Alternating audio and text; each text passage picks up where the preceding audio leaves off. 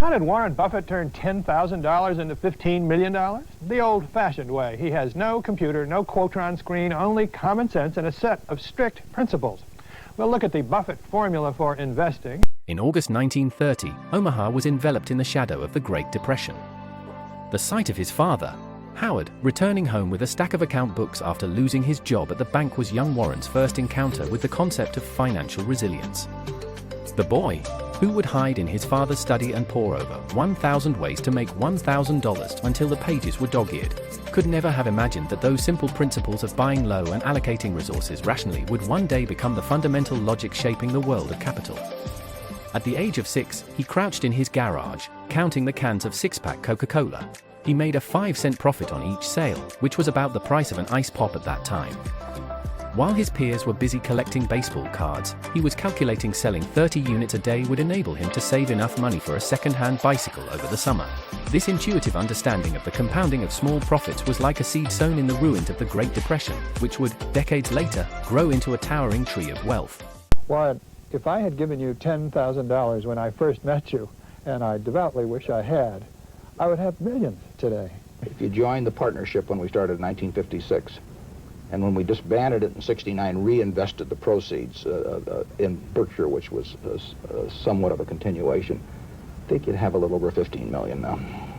From $10,000? Right. From $10,000 to $15 million? Something like that, yeah. That's a pretty good record. It's okay, but that doesn't tell you anything about tomorrow.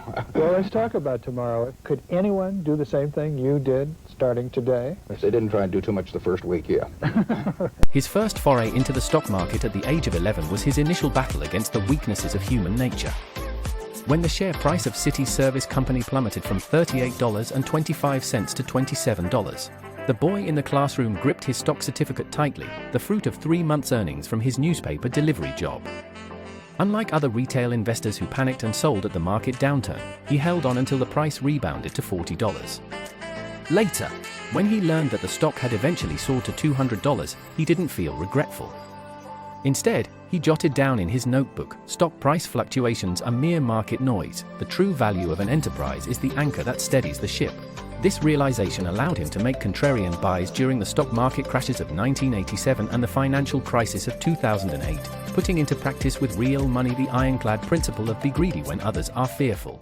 Buffett believes it's very important to have patient, rational shareholders, since it's one of his tenets that Wall Street's obsession with the short term and with frantic trading are counterproductive. This is the happiest tribe of shareholders you'll meet anywhere in America. Warren Buffett is certainly the greatest investor in the post-World War II period, and maybe the greatest investor in history.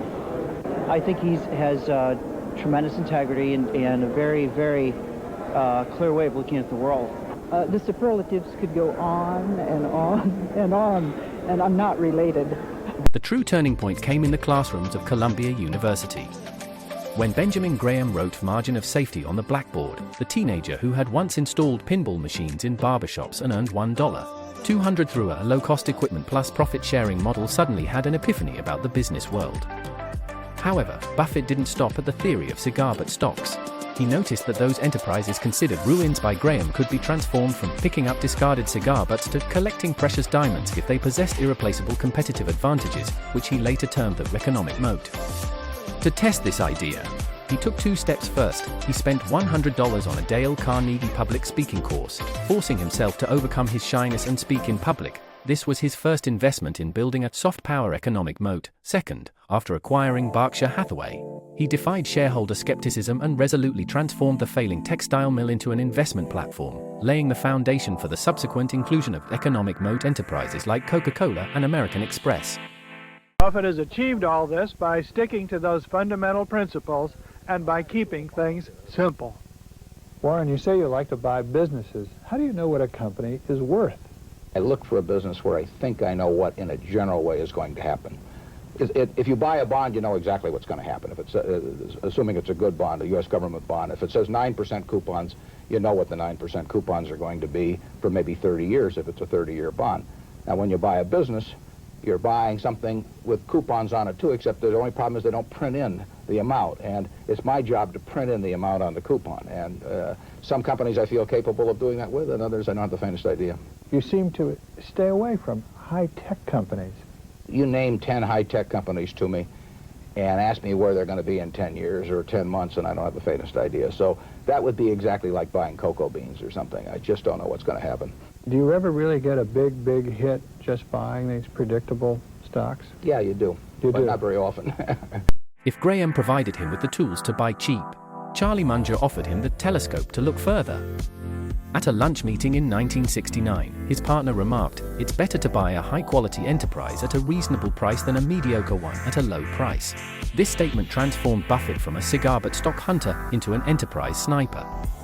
He began to ask himself, why can Coca-Cola maintain strong sales even during economic recessions?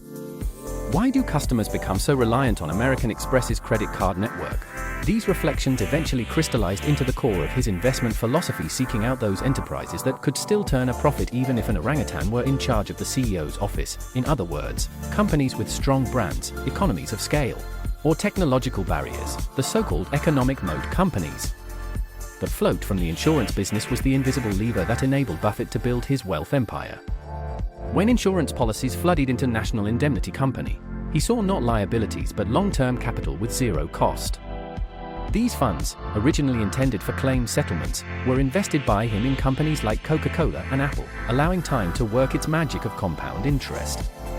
By 2023, Berkshire's float had exceeded $140 billion, effectively using other people's money to fuel his own snowballing wealth accumulation over half a century.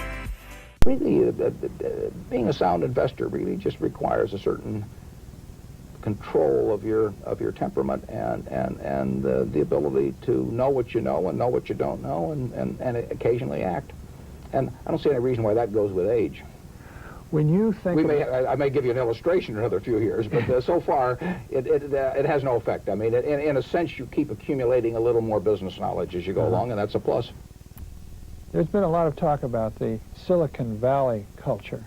Is there a Berkshire Hathaway culture? I guess there's a Berkshire Hathaway culture, but it would be a long way from the Silicon Valley culture. What is the Berkshire Hathaway culture? We like managers who are in love with their business. We like them that feel like I do. I want to tap dance when I get to the office, and that's the sort of managers we have. And we have terrific luck. Today, as Buffett sits in his office in Omaha, gazing at the inner scorecard hanging on the wall, a tool he uses to assess whether his decisions align with his inner principles, the boy who learned to treasure every penny like a soldier during the Great Depression has long since become the commander-in-chief of the Capital Battlefield. LD. What makes his story truly remarkable is that it doesn't involve flashy technological revolutions or high-stakes leveraged games. Instead, it's about using the most straightforward approach, studying enterprises, evaluating their worth, and grappling with human nature to carve out a path that defies the conventional wisdom in the volatile market. As he wrote in one of his shareholder letters, the magic of compound interest demands time, and time favors only those who are patient enough to get rich slowly. From a 6-year-old Coca-Cola vendor to a 93-year-old investment legend, Buffett has demonstrated a truth: the real key to wealth lies in the common sense that every ordinary person can apply.